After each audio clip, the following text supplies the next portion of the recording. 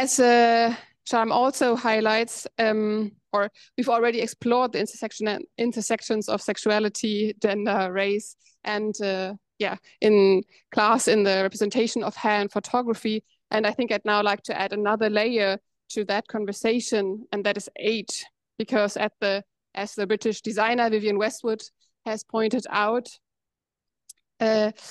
before becoming a witch with white long hair holds significant meaning in youth culture. It is a powerful expression of defiance, identity, and freedom. And this is evident not only in the iconic haircuts of musicians that we encounter in magazines like the German Bravo magazine. Some of you might have known this or knew this in your youth, but also in the works of artist Marie Tomanova, joining us from New York today. Her video works, Dreamers and Beat of My Heart, mark the exit of the exhibition, and we're glad to hear more about it now. Welcome, Marie. Hi, hello. I'm so excited to be here and part of this. And I just got my tooth out yesterday, my wisdom tooth. So pardon me if speaking is a little tough, but I'm excited to be here. And, you know, hair is such a big part of one's identity. And I cannot not start with the fact that I came from Czech Republic, where I studied painting, and then I moved to New York. And one of the first things I've done in New York was I just spontaneously shaved my head. It was actually on the day that my mom came to visit me for the first time after 2 years that she hasn't seen me. I felt extremely liberated. It was the best feeling ever to shave my head. My mom certainly wasn't really that happy about it.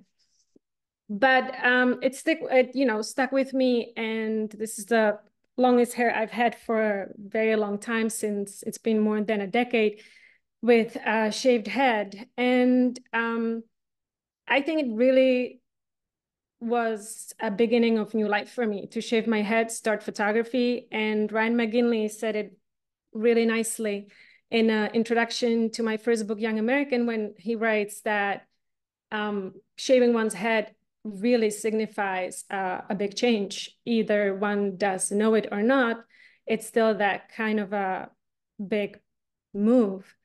I'm excited to have in the exhibition 2 artist films. I would like to play them while I'm talking. I will share screen. I will have to play them without a sound, unfortunately, because then you wouldn't hear me, but I will do a little bit with sound for just reference.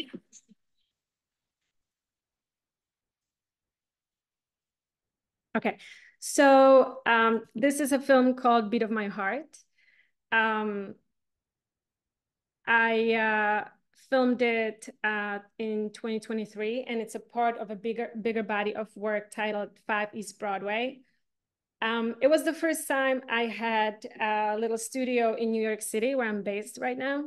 And it was a really literally 2.5 meters by 2.5 meters tiny studio. So while these amazing people who came to take photos and film with me are at the one end by wall, I'm at the other end. And intentionally, these films are filmed in a very raw way to almost make you feel like you are with them. And, you know, it was, for me, the hardest part was to stay, you know, still and not move with my camera, because I felt like I want to be dancing with them.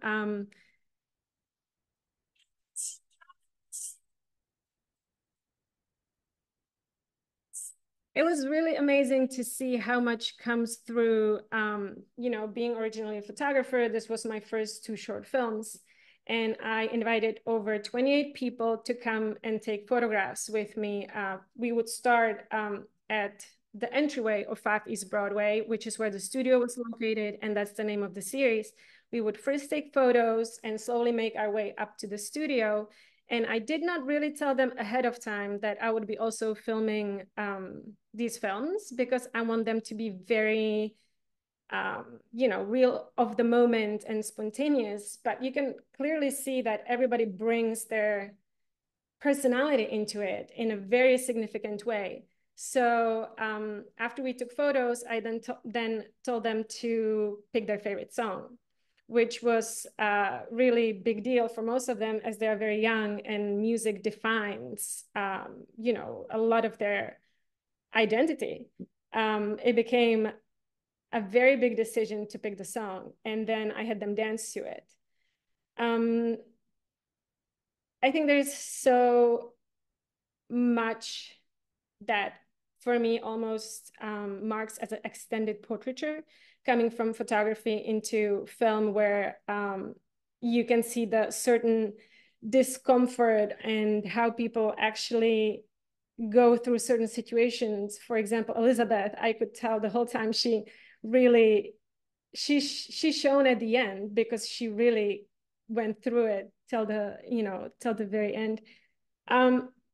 Some people light up through movement, and after they were done dancing to their favorite song, I had them talk about their dreams, which is the second piece that's showing in the museum in Essen, titled 14 Dreamers, I Want to Be the Next Courtney Love, Only Better, which is a statement of one of these kids.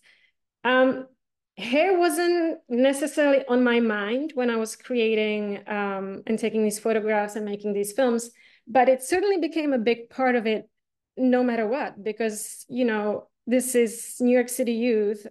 These young people express themselves with hair. It's a big part of their identity, same as it was for me to have no hair. You know, I think there's no way not for it to not be part of their identity, because that's something that they can actually work with very easily and express themselves.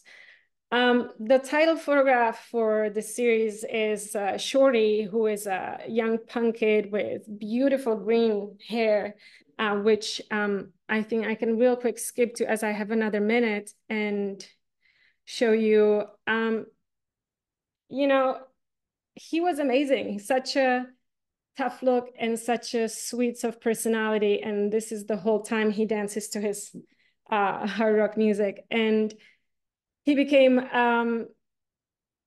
very big inspiration for me, because just to hear him, how much goes into his hairstyle and what he does, and how he sleeps because he wants to protect it so he doesn't have to make it every morning, is extremely fascinating. And, you know, I'm excited to be part of this show. I think that hair is such a amazing part of our body that we can do whatever we want with. And I adore the freedom and creativity that, you know, people have with it. So I think I reached my time. Let me stop this and stop sharing. And thank you so much for having me. And thank you to the curators. I'm very excited to be part of this show.